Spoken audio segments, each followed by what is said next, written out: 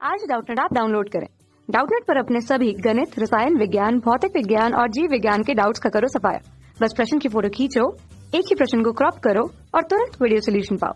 अभी डाउनलोड करें। क्वेश्चन हमारे पास है जिसमें प्रकथन में कहा जा रहा है कि ऊष्मा इंजन की कार्यप्रणाली को समझने के लिए कार्नो चक्र उपयोगी है।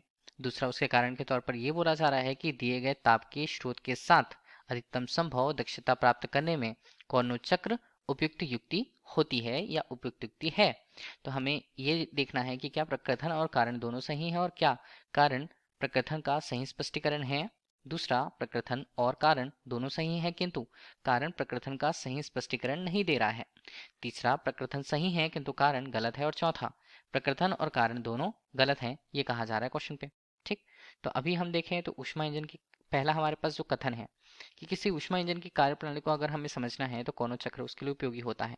देखिए, अब ऊष्मा इंजन के लिए अगर हम उसके आरेख को बनाए तो मान लीजिए ये ऊष्मा इंजन है, ई के रूप में जैसे स्पष्ट किया, ये दो घटकों के बीच कार्य करती है। पहला घटक जो होता है उसे हम बोलते हैं स्रोत और दूसरा घटक जो होता है उसे हम बोलते हैं सिंक।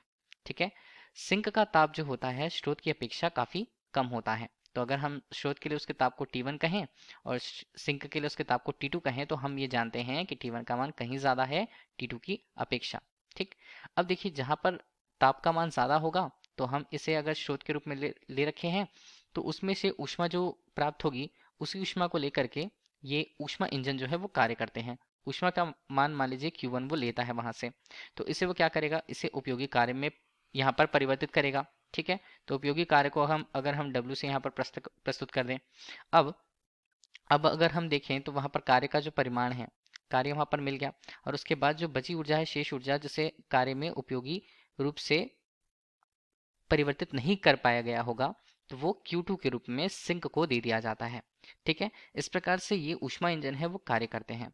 और ऊष्मा इंजन को कार्य करते हुए अगर हम इसकी तुलना, ठीक है, अगर देखिए कितनी ऊष्मा मिल रही है, कितनी ऊष्मा इंजन के द्वारा ग्रहण की जाती है और उससे कितना कार्य प्राप्त किया जाता है, इसकी अगर हम तुलनात्मक रूप में देखें तो हमें एक आदर्श इंजन की कल्पना करनी होती है। ठीक है, आदर्श इंजन एक तरह से ऐसा इंजन जो पूरे ऊष्मा को क्या कर लेगा, उपयोगी कार्य में परिवर्तित करेगा और कम से कम मात्रा ऊष्मा की उत्सर्जित करता है। ठीक है, तो ये आदर्श इंजन होगा। आदर्श इंजन के रूप में हम ऐसे इंजन की कल्पना करते हैं तो वो होता है हमारे लिए कार्नो इंजन। और कार्नो इंजन किस पर आधारित होता है, कार्नो इंजन कार्नो चक्र पर आधारित होता है। ठीक है, इसलिए हम इसे आदर्श इंजन और इसके लिए जो इसकी दक्षता है उसे हम अधिकतम लेते हैं, दक्षता अधिकतम।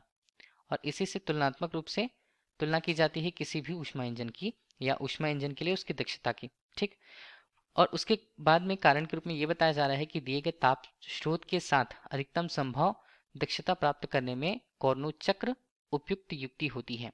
ठीक है, हमने जैसे बात करी है कार्नो इंजन की, वो किस पर आधारित होता है, वो आधारित होता है कार्नो चक्र पर। और कार्नो चक्र जो होता है दिए हुए ताप के लिए, देखिए जो दो ताप के मध्य कार्य कर रहे हैं, एक हमारे पास स्रोत होता है जिसका ताप अभी हमने T1 मान के रखा, एक हमारे पास सिंक होता है जिसके ताप को हमने T2 मान के रखा हुआ है। ठीक है, तो स्रोत और सिंक के तापों के मध्य जो एक चक्र चलेगा जिसमें हम अधिकतम चक्रीय प्रक्रम के बाद हमें अधिकतम कार्य या अधिकतम दक्षता प्राप्त होगी किसी इंजन की, तो वो हम कहेंगे कार्नो चक्र। और कार्नो चक्र इसके लिए सबसे उपयुक्त युक्ति या उपकरण होता है। ठीक, तो हमारे पास जो पहला और दूसरा प्रकथन और उसका कारण दिया हुआ है तो ये दोनों सही हैं। इस तरह से जो कारण है वो प्रकथन की सही व्याख्या भी कर रहा है, तो हमारे लिए विकल्प ए जो होता है वो सही है। Thank you. कक्षा 6 से 12वीं से लेकर नीट, IIT, JEE वो एडवांस के लेवल तक 1 करोड़ से ज्यादा छात्रों का भरोसा। आज ही डाउनलोड करें डाउटनेट ऐप या व्हाट्सएप करें अपने सारे डाउट्स 8400 400 400 पर।